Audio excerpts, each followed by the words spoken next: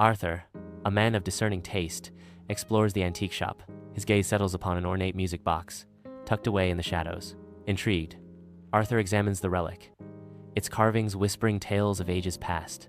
Mr. Elderwood, the shopkeeper, observes Arthur with knowing eyes. Arthur delicately winds the music box, releasing a melody that dances between beauty and unease. Lost in the haunting tune, Arthur listens, captivated by its unfamiliar song. He attempts to capture the melody, but the recording twists into a distorted echo. Arthur sits defeated, surrounded by towering stacks of books, his frustration growing. Sunlight pierces through the tall windows, illuminating the quiet desperation of Arthur's search. Arthur approaches Eliza, his last hope, with a recording of the elusive melody. Eliza, I'm at a dead end. I can't find anything that matches this. Eliza listens intently, her expression thoughtful, then says, that's definitely unusual. Have you tried looking into obscure folklore? There's a historian, Dr. Armitage, who specializes in that. I can give you his contact information. In the quiet of a university office, Arthur plays a haunting melody. Professor Armstrong listens, his face etched with concern. That melody, it's a funeral dirge from a village called Silent Hollow. His voice drops. Silent Hollow vanished, without a trace, in the 18th century. No survivors, no explanation. A chilling warning hangs in the air. Be warned, Arthur. Silent Hollow has a dark history and a rumored curse. Arthur drives along the isolated dirt road, guided by the aged maps from Armstrong. The landscape lies barren and desolate, with twisted trees reaching toward the sky. An eerie silence hangs in the air, broken only by the crunch of tires on gravel. Strange rock formations jut out from the earth at odd angles, adding to the unsettling atmosphere. Arthur cautiously enters the abandoned church, where shafts of sunlight illuminate the decay. Amidst the wreckage, his eyes search, drawn to a tombstone, weathered by time. He kneels, gently clearing away the grime to reveal a name etched in stone. The village teems with life, its inhabitants oblivious to the shadow that looms. A somber funeral procession winds through the vibrant village, its mournful song cutting through the air. The dirge echoes through the village, a chilling omen amidst the daily bustle. Flickering candlelight casts long shadows across the concerned faces of villagers gathered in the tavern. The air hangs heavy with smoke and hushed whispers, a palpable tension filling the room as rumors of a strange illness spread. Unseen by the worried villagers, a shadowy figure lurks in the darkest corner, its malevolent eyes fixed upon them all. A dark cloud of fear descends upon Silent Hollow Village as illness spreads, casting a pall of death and despair.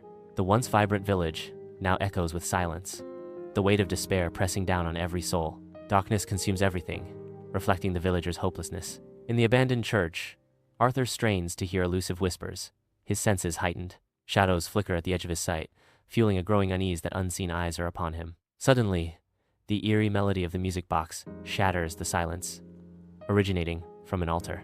Arthur discovers an ancient well, its stones cracked, hinting at forgotten tales. The water is stagnant and dark, and a foul odor rises from the depths.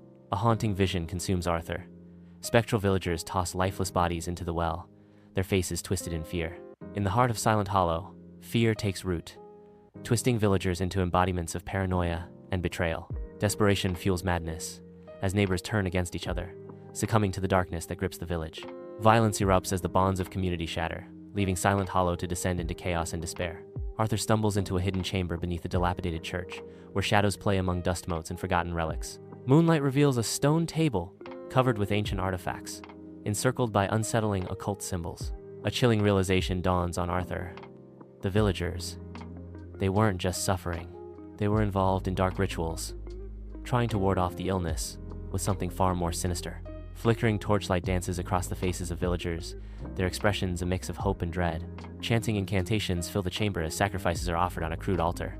From the shadows, a dark entity emerges, its form swirling like smoke.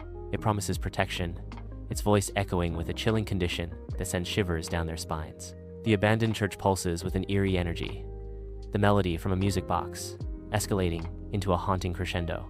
From the shadows, spectral figures of villagers materialize, their forms shimmering with anguish. Arthur is encircled by tormented spirits, their faces reflecting the agony of their final moments. Echoes of their suffering reverberate through the dilapidated church, forcing Arthur to relive their pain. Arthur looks on, witnessing the spectral replay of the villages last night.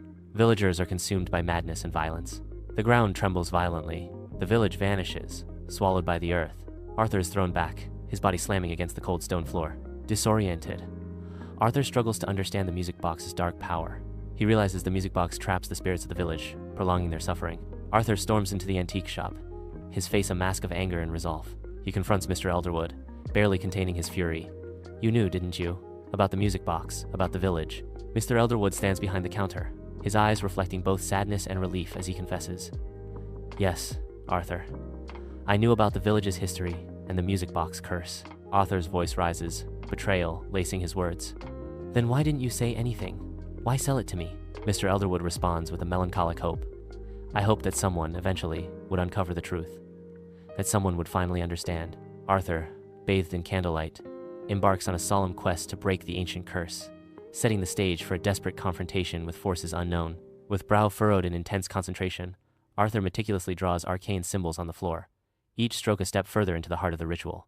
Arthur prepares to sever the unholy connection binding the music box to the ill-fated village. Arthur arrives in Silent Hollow, a worn music box clutched tightly in his hands. In the eerily quiet village center, Arthur places the music box on an ancient stone altar.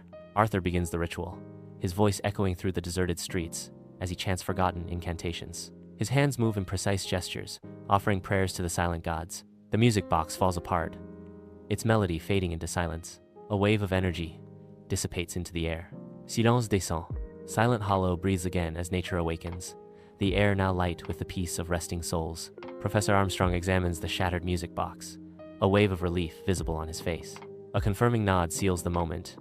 The curse is finally broken. Gratitude fills his voice as he speaks. "Thank you, Arthur, for your courage and determination." Sunlight fills the library as Arthur and Eliza sit together, a comfortable silence weaving through the air. Arthur shares his story, his voice a soothing melody of knowledge and understanding. Eliza listens, her face softening with each word, a shared sense of closure blooming between them. Hope dawns quietly, a silent promise whispered in the sunlit stillness. Arthur stands atop a small rise, silently taking in the sight of the vibrant green landscape that was once Silent Hollow. A thoughtful expression graces his face as he contemplates the village's tragic history and the arduous journey to recovery. The air is clean and fresh as he inhales deeply, a sense of renewal washing over him. His steps are purposeful as he turns and walks away, leaving the shadows of the past behind.